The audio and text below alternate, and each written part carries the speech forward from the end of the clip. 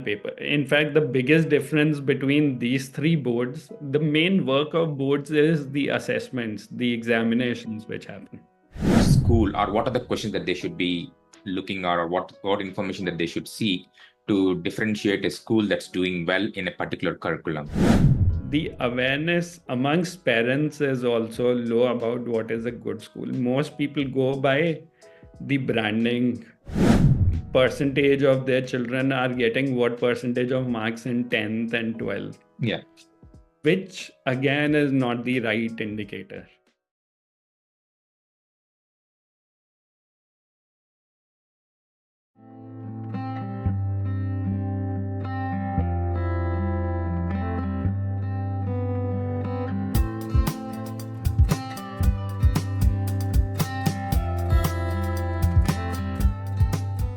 Hello, everyone. Welcome back to another episode of Desi Return. Today's episode is a bit special. This is not interviewing a family who have moved back to India, but talking to an expert in education to get an overview of different curriculums, ask some of the questions that most of the people have. And I'm really excited to have Mr. Mausam on our show. Who is an expert in the education field, who has expertise working with different curriculums, what works, which curriculum would be better for kids. This is an important topic for a lot of families who are moving back to India, and I'm really looking forward to our discussion. With that, welcome Mr. Mausam to the show. Thank you so much, Avinash, for inviting me. And I'll be happy to share whatever I can for the people who watch this. Yeah. That's fantastic.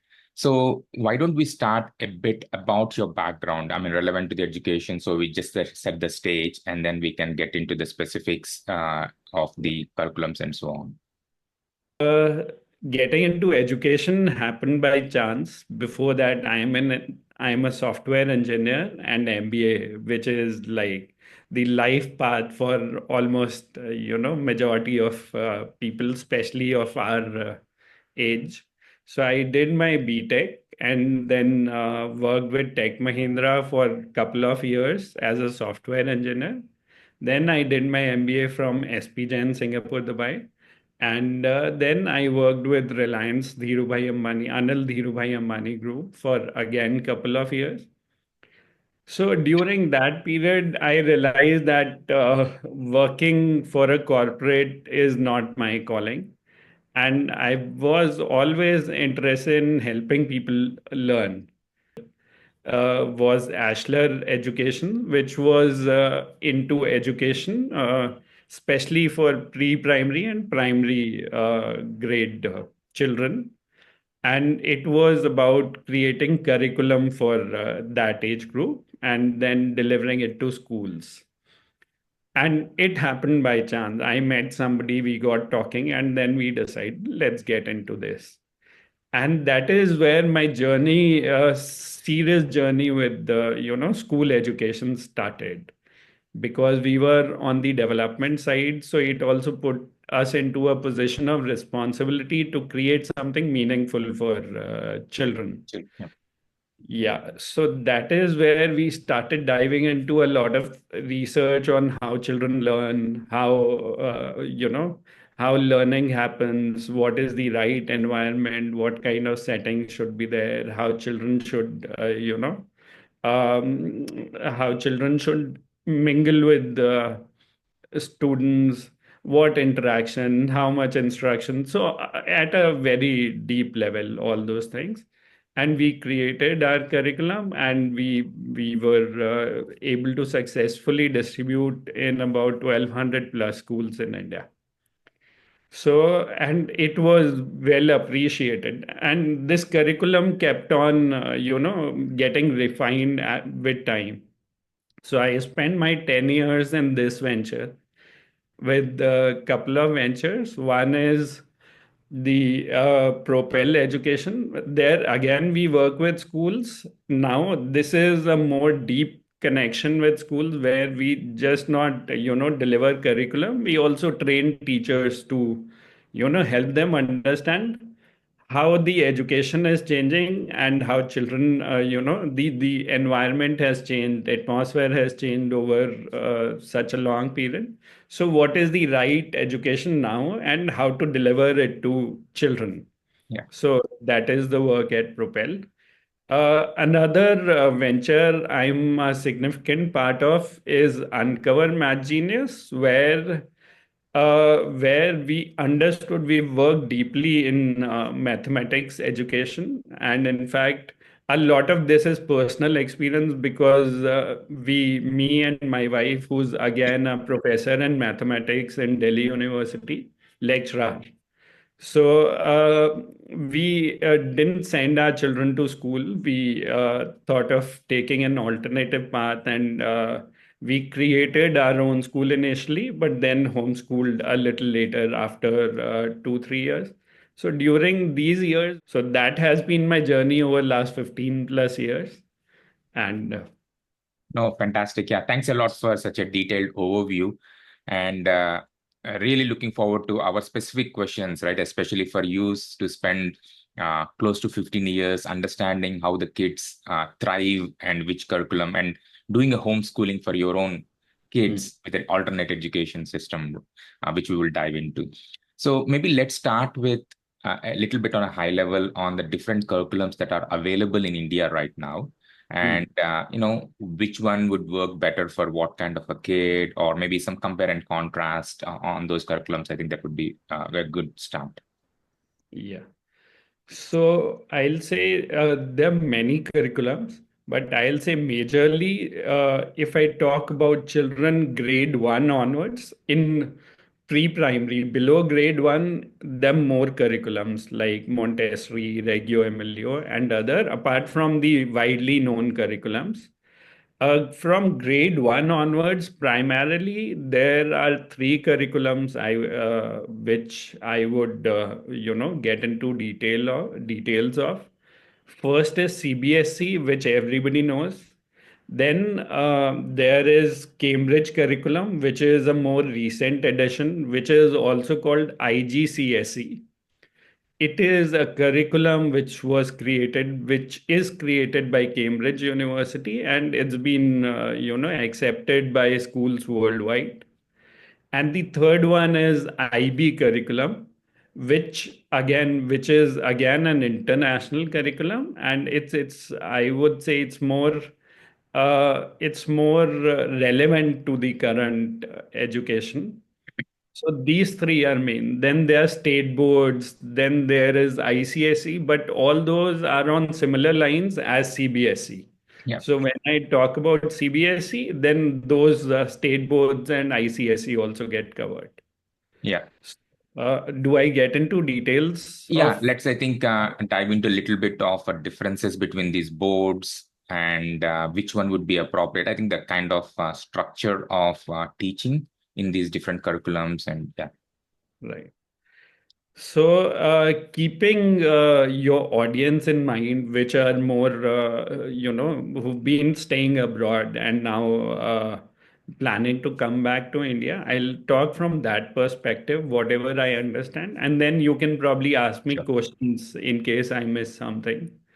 So, first board I'll take up is CBSE, which is India's national board and which is one of the most progressive boards in India compared to state boards and ICSE. ICSE is also similar, but CBSE has been, making a lot of changes recently just uh, you know, to evolve with times. Okay. So that is there. Uh, and So in this board, in fact, a lot depends on the school also. With the same board, there are some schools who've been doing beautiful work, but at majority level, I would say because of the structures provided by boards and the guidelines and the objective of the board, maximum schools get stuck into completing basic requirements what the board say. And in fact, I don't know if it's a mass knowledge or not. The board comes into picture only in grade 10th, Okay. ninth onwards.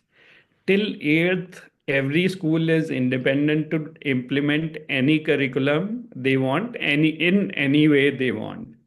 Even the exams are not necessary. But because 10th is where the CBSE comes in, so most schools, and it's been a pattern for a long, long time now. So most schools have, in fact, it's not just schools, publishers, the whole system which has gotten created because of this is that things have been, whatever requirements of CBSE are there in ninth and 10th, they have gotten backtracked, and whole curriculum from grade 1 has been designed in a way that children face minimum problems in grade ninth and 10th. Yeah. But that does not happen. So we'll come back to it later. What happens is the board, the education system which got created, uh, it's an old board, and uh, a lot of evolution hasn't happened over time. So the education system is stuck in the past in the sense that it's more fact-based, memory-based, which requires a lot of rote learning. So the system was based on memorizing things Yeah. rather than understanding the practical implications of what we are studying. Yeah. So a lot of those things are still continuing. That is where I see a lot of gap between current needs of the world and the education system. That does not mean that there are some schools who've not progressed or who've not evolved over time. There are some schools who are, affiliated to CBSE board, but they are doing beautiful work. But they are few and far in between. Yeah. So in CBSE boards, what is happening? The guidelines from the board and for ninth and 10th, but depending on that, the whole curriculum gets distributed from grade 1 onwards in a way that children prepare for grade ninth and 10th. And because the syllabus is such, uh, even the amount volume wise, and and the approach wise is such that and also every school has a lot of students in each class, Mm. about 40 odd students in each class. So getting into experiential curriculum, which is the need of the hour, becomes difficult for teachers because of the number of children in each class. Second, the because of the background from where the teachers are coming from, they are also coming from the same background. And even the colleges which offer B.Ed and all, they have not evolved. So the kind of teaching pedagogies they come with are more traditional. Okay. So that is why the change has been slow. Schools, because of the size of population India has, schools have always been filled. So they did not even have incentive to change at a pace which was required. Yeah. But now what is happening is because of the introduction of IGCSE and IB, which are more progressive boards. I'll come to details of these. So there's a competition. So even CBSE schools are trying to evolve, Okay. and even the awareness is more. So the change is happening at a little faster pace compared to the past, but yes, a lot of change is still required. I've covered a very high overview. I would want you to ask specific questions after I talk about IGCSE and IB also, in case required. Yeah. So I'll now come to IGCSE board. It's a Yeah. board by Cambridge University, UK. And again, this university is a very old university which has been working in the field of education for long. Their curriculum is progressive, more progressive than the traditional CBSE curriculum, which is there. And they also encourage hands-on experiences more, even the exam paper. In fact, the biggest difference between these three boards, the main work of boards is the assessments, the examinations which happen. So the biggest difference between IGCSE board and CBSE board is the kind of assessments they create for students. So CBSE board is more, so this war happened in which year or something like that, which they are trying to evolve. IGCSE curriculum is more thinking based. So it is not about memorizing, it is about understanding the level of child's thinking, level of child's problem solving abilities, which is there somewhat more than what CBSE requires. Yeah. So an IGCSE board will not ask a direct question like this, that what was the name of the scientist who invented something.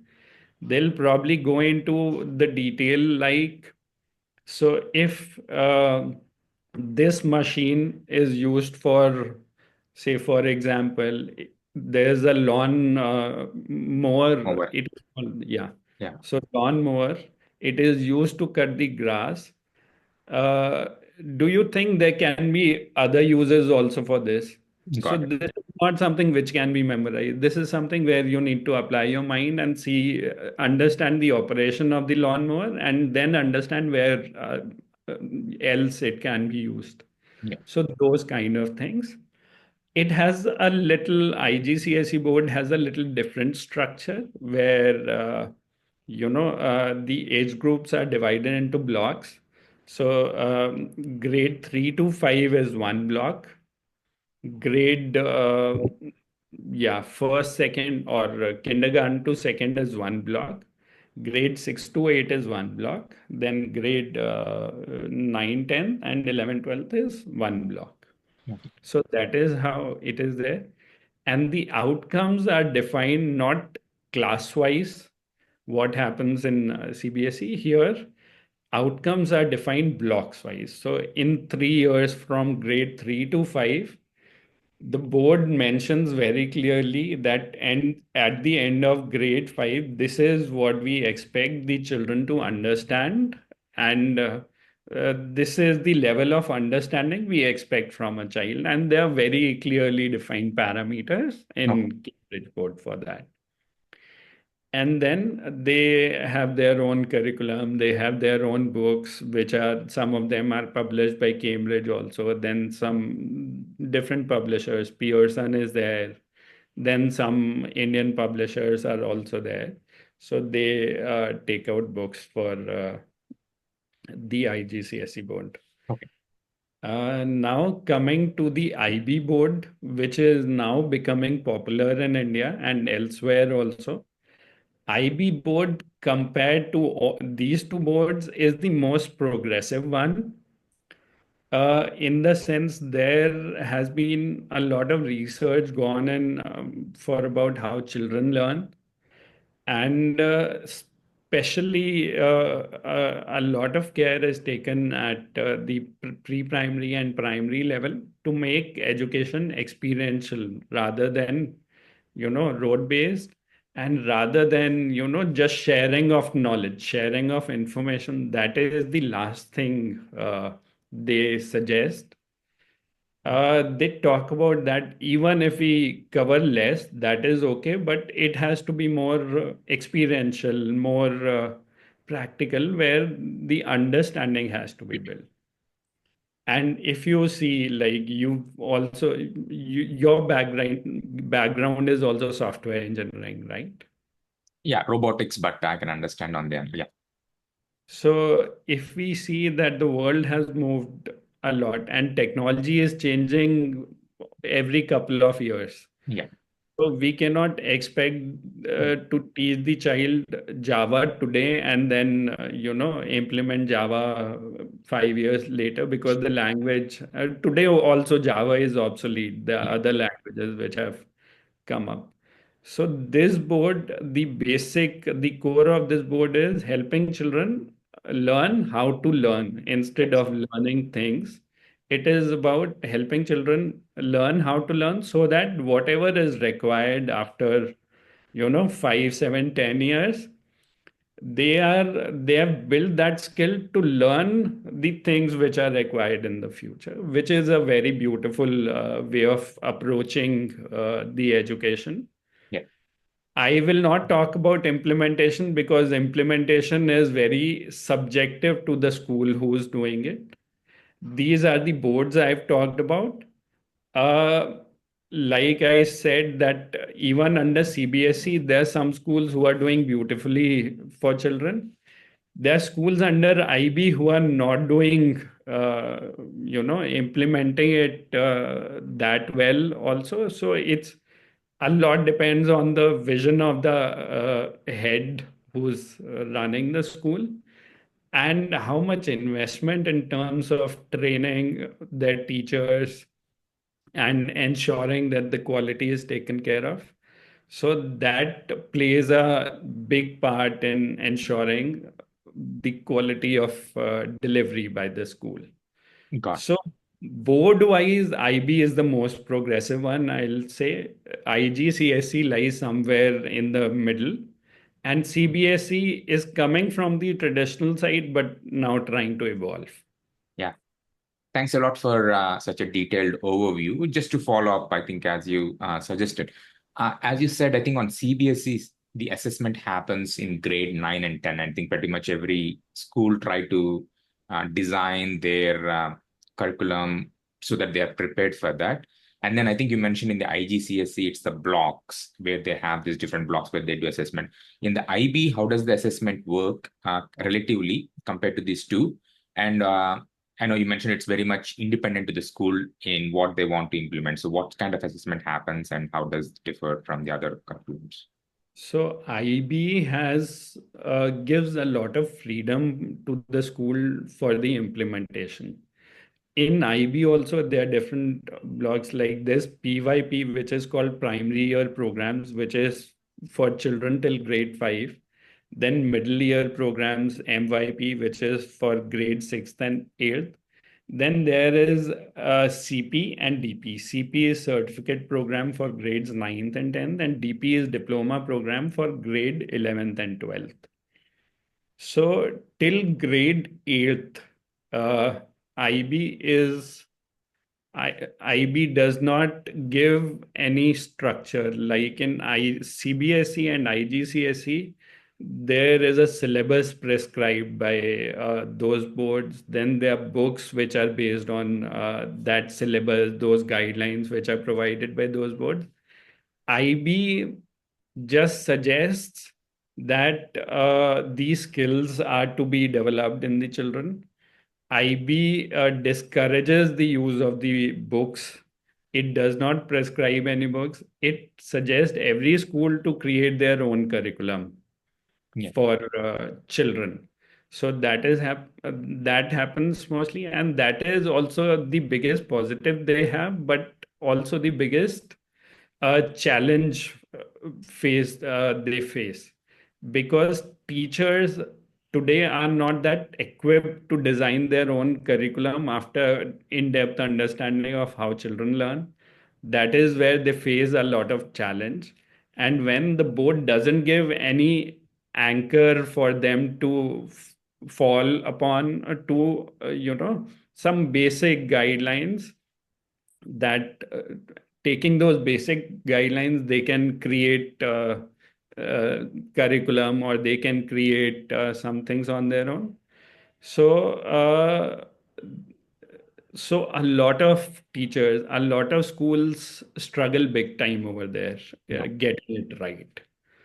So that is the challenge. And And again, then, Yeah, Yeah. all these things will take a little time till the teacher training part is taken care of, till, a lot of uh, IB is the smallest segment of the schools India has. That is why the focus now is becoming more and more. So, with time, I see it developing, and with time, I see teachers getting more equipped to deal with this kind of progressive curriculum, but today it's a challenge.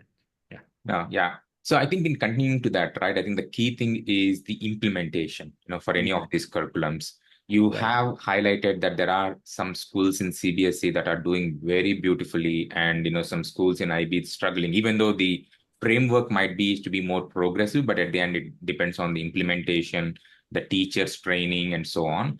So Yeah. how can one parent be able to differentiate which school, or what are the questions that they should be looking, or what information that they should seek to differentiate a school that's doing well in a particular curriculum?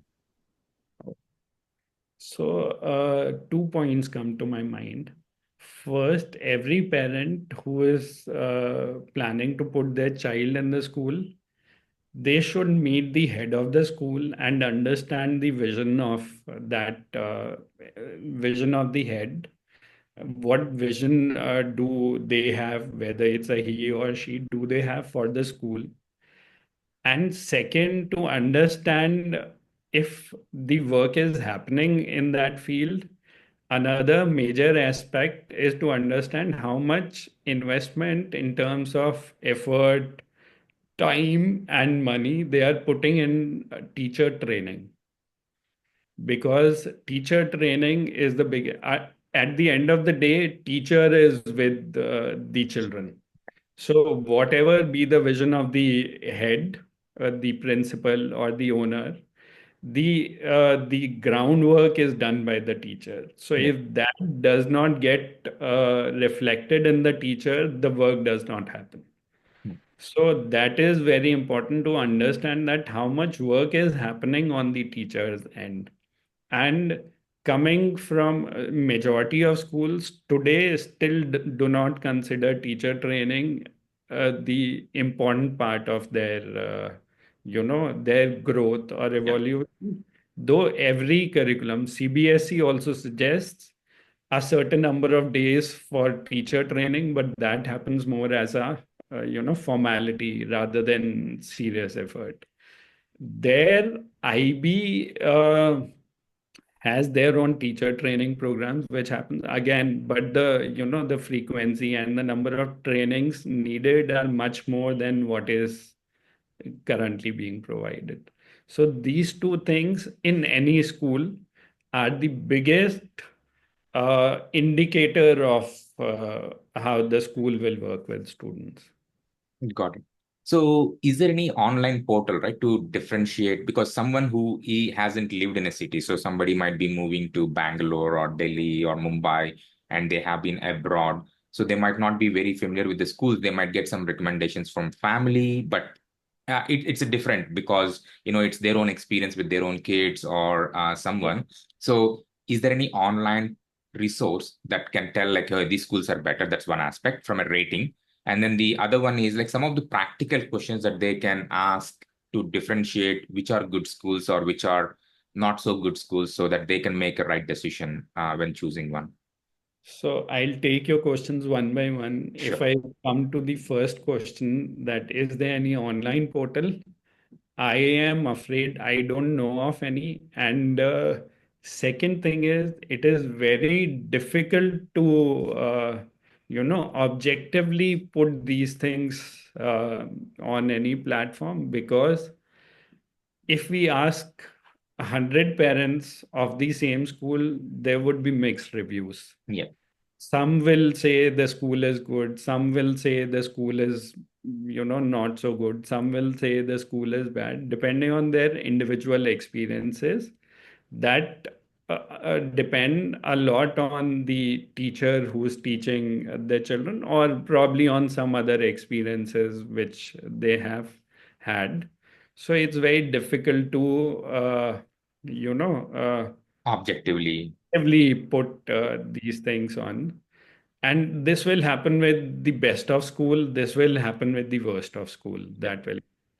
So, just sitting online and deciding is a very difficult task.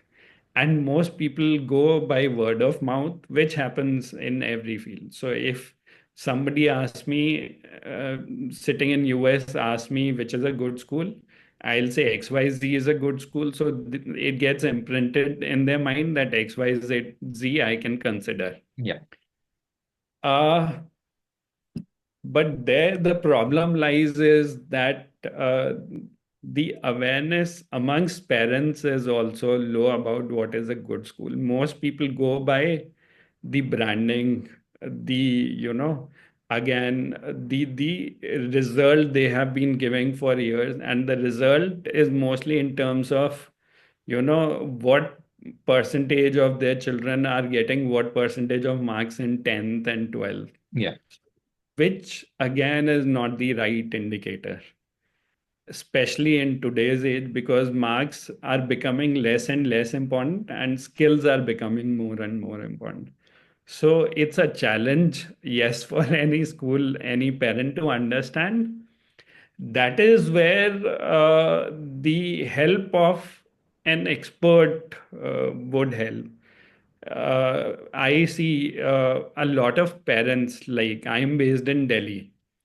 So Delhi has a lot of schools, and there are schools who are running on traditional pedagogies.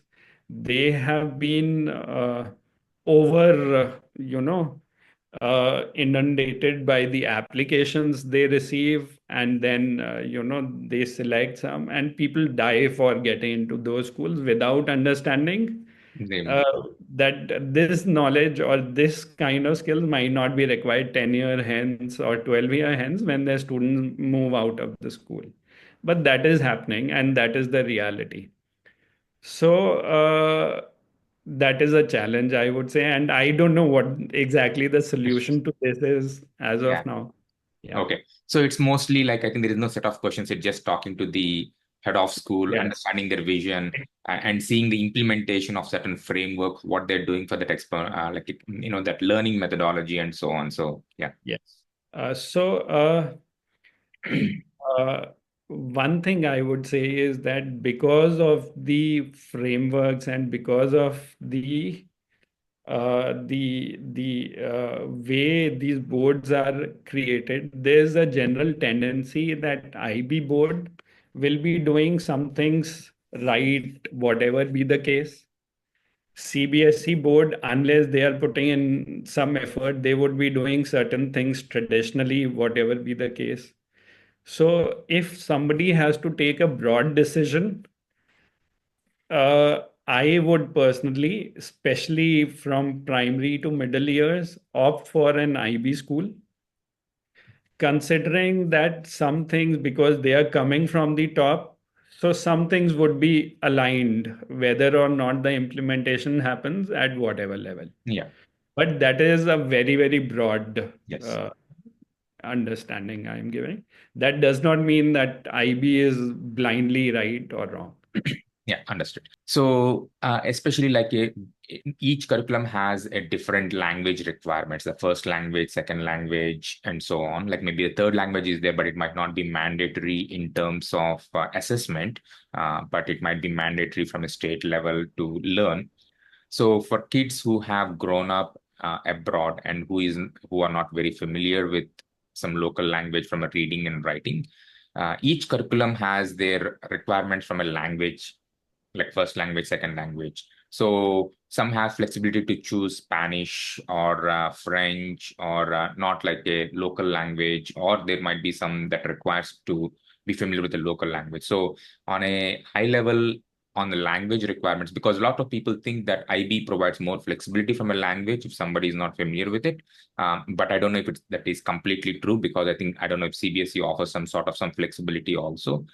So if we can shed some light on that, I think that would be great. So now all the boards, in fact, English in most of these schools, I would say, is the primary language in which the curriculum is taught in almost all these schools, Yeah. whether it is IB, IGCSE, or CBSE. Recently, the national education policy, which came, which also mandates the introduction of regional language, especially at the primary level for children. So that is there, but I am not aware of how many schools are implementing that. But language-wise, I would state that because people are coming from outside, English, I assume that everybody is comfortable with. So all curriculum is in English except for the language, where apart from English would be a mandatory language. With English, there would be one regional language which they can opt for, or one regional language in CBSE schools might be a must. So that regional language would be their region's language. And I assume that if somebody is settling in Gujarat, so they have roots in Gujarat. So the child might not understand Gujarati, but the parents might be familiar with reading and writing of Gujarati. So, but yes, with the child directly coming in third or fourth might be a challenge, because unless their parents have made a conscious effort to, imbibe Gujarati if they are living outside. So that would be a challenge, but then the parent will have to help, or the school will have to help, or some external help if required. Parents can take that, will have to be there. Otherwise, I don't see any challenge in terms of languages in any of the boards. Got it. Yeah, so that is something which is taken care of. All boards offer flexibility in opting for different languages after, if a child wants an additional language, all these boards have multiple options. But then the limitation comes at the level of the school in all three boards. So if the school is only offering Spanish and German, then the child cannot opt for Sanskrit, or opt for, say French if it is not there, or opt for Russian if it is not there. That is more of a resource problem, because every school cannot keep a teacher for every language. But I think the takeaway is even CBSE has that flexibility. At the end, it depends on the school which languages they want to offer more from a resource availability perspective. Right, right, right. Got it. So the other question I wanted to check with you is, especially someone who is learning in a different style, right? I think, progressive, different ways of learning, I think, as you explained with the different curriculums. Uh, how are things post 12th grade, right? In terms of studies, I know it's a general concept that people who study in an IB most probably study abroad. CBSE is designed to be prepared for competitive exams that are more applicable for Indian institutions and so on. So maybe my question is more specific on people who have their kids in IB or IGCSE. How well are they prepared for any of the examinations for Indian institutions? And also, do they have any options to study in any Indian institutions, maybe some other way, not like through these competitive examinations? Or there's some institution that offers graduation or undergrad or graduation programs in India? So I'll divide this question in two categories. For the parents whose children are in primary levels, whether first, second, third, fourth, for those parents, they need not worry, because all the systems are changing. Even for graduation, initially it used to be marks which are scored in different, in the board, which was the main primary criteria. But now, slowly that has been taken care of. Now it is the exam, the entrance exam, which happens. And the pattern of entrance exam is also getting evolved. So by the time these children reach that level, nobody is aware what the exam pattern would be. But yes, there's a logical, and there's a sense that it would go more towards practical applications, which happens in all these schools. So for parents who have their children in primary levels, I don't think there's a need to worry at all. For the parents whose children are grade sixth onwards, so I would say that for uh, for parents whose children are in 9th, 10th, 11th, 12th, yes, for going internationally, IB board is a very good launch pad in the sense that their curriculum from grade ninth is very research oriented and very rigorous. So there a child starts getting into real life projects from grade ninth onwards, and very practical knowledge they start gaining, which is required and which is appreciated by universities outside. So yes, it is a launch pad. There it also becomes a challenge because they have not gone through the system which is required for Indian universities, or getting into engineering or medical. So yes, they face a challenge there. For that, they need to overcome it by other ways, like preparing for these exams from somewhere, or that is required. For CBSE school, again, for the parents whose children are in grade 9, 10, 11, 12, the system is such that in fact, majority of these children also opt for other classes for entrance exams, Yeah. because the course curriculum no doubt is on similar lines, but the level of difficulty or the level of complexity is different. In fact, that is one of my concern, that the level of complexity in exams is getting lower by the years. So that is not a good sign of education in general. It has to test the understanding of the child, and so which is still not happening. Okay.